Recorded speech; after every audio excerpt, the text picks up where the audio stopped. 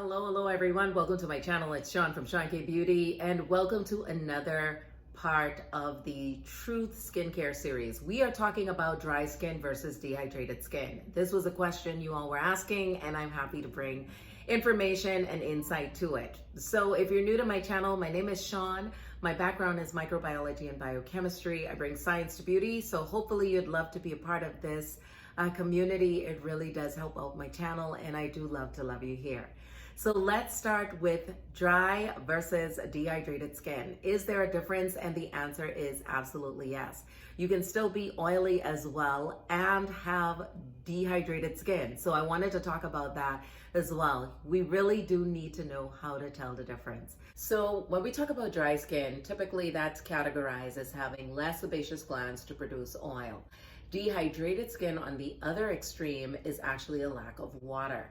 So you can have oily skin and still have dehydrated skin because you're lacking water. Does that make sense? So the first step is diagnosis, and we're going to go into the diagnosis of the skin before we talk about steps that we can do to hydrate the skin. Another telltale sign that your skin is dehydrated is if it feels tight and you're looking in the mirror and it looks very dull. And again, if you're seeing wrinkles where you didn't have them before, it's because your skin is really needing hydration. Now, when you have dry skin, you're dealing with this uncomfortable feeling, and there's the dryness, there's that scratchy sound like sandpaper, there's the flaking, and there's itching that happens when you have dry skin. Dehydrated skin happens from a lot of things. It can be your environment too. It can also be, your diet. If you drink a lot of coffee, how much water are you consuming after you drink your 1 or 2 cups of coffee? I was going to say coffee. I'm sounding very New York at this point. But all those things attribute to having dehydrated skin. So definitely you want to up your intake of water. And also, if you're not using a hyaluronic acid or some serum of sorts, then I definitely implore you to do that with hyaluronic acid, or like I mentioned in a previous video, going after something with seaweed, like La Mer has seaweed in their products. However, they have fragrance in there, so if you're opposed to fragrance, I would not suggest that. But if you can find something with seaweed derivatives in it, you're looking at getting that hydration, because seaweed has a lot of carbohydrates in it, and carbohydrates, namely polysaccharides, are even better humectants than your hyaluronic acid. And seaweed's water binding abilities makes it a really great hygroscopic agent to bring that water onto the skin. Something else we want to do is we want to start using, well, here's a few things. We want to make sure that we're paying attention to the humidity. We want to ask Siri what the humidity is inside as well as outside. But dry air on the inside, even taking hot showers, can dry out the skin even more and make it exacerbated, and you lose water from the skin, or what they call transepidermal water loss. So we don't want that to happen to us throughout the day based off the conditions that we're subjected to.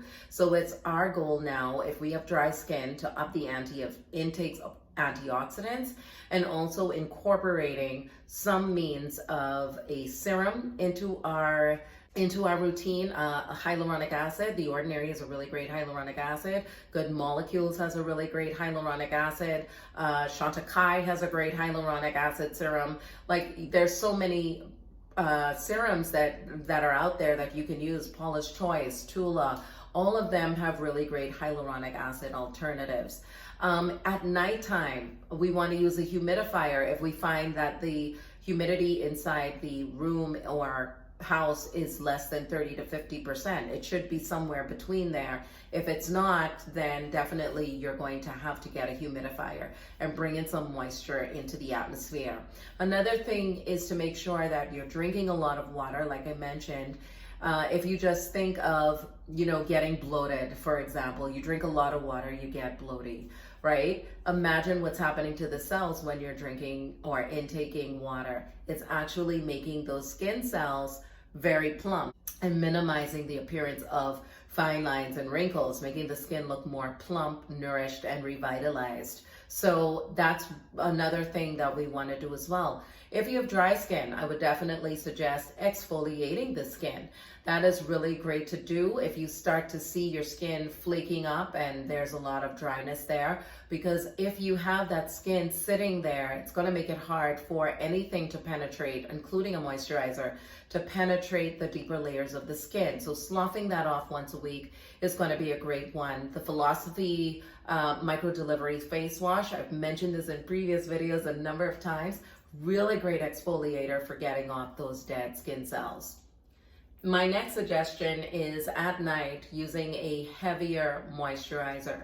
That's going to bring in deep hydration. Now, this is the one that I've showed in a previous video and has become quickly one of my favorite moisturizers to use at night, and that is the Chantecaille Gold Recovery Mask.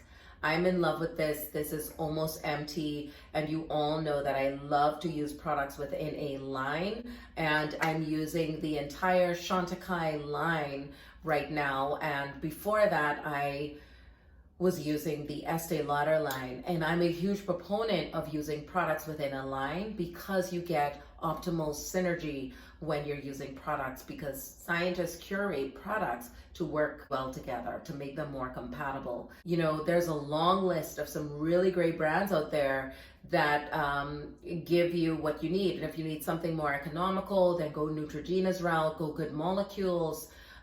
They have, The Ordinary has some products that I agree with. Most of them I don't, but you know, you can find a great hyaluronic acid serum there, and they also have a really great moisturizer too. So yes, using something heavier at night. What I also want to mention is maintenance. It's really important for us to remember that having an effective skincare routine and constantly keeping up with it is really going to be ideal for you getting the best out of your skin. You know, makeup is beautiful and I talk about it a lot, but skincare for me is number one. We want to have a healthy canvas before we put makeup on, or we're not going to be even happy putting our makeup on because the makeup is just going to lock onto acne or, you know, crevices in the skin.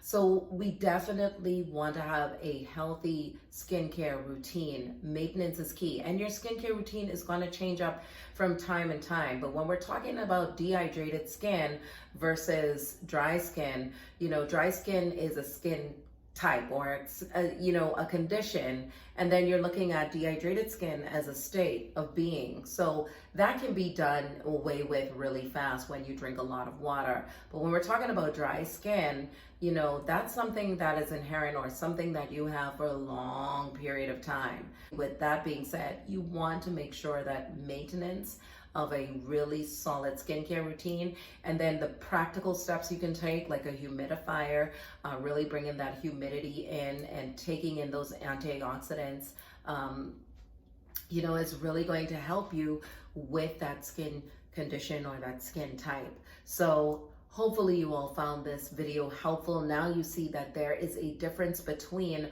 dry skin and dehydrated skin. Your dry skin is due to a lack of the sebaceous glands producing oil, and your dehydrated skin is a lack of water.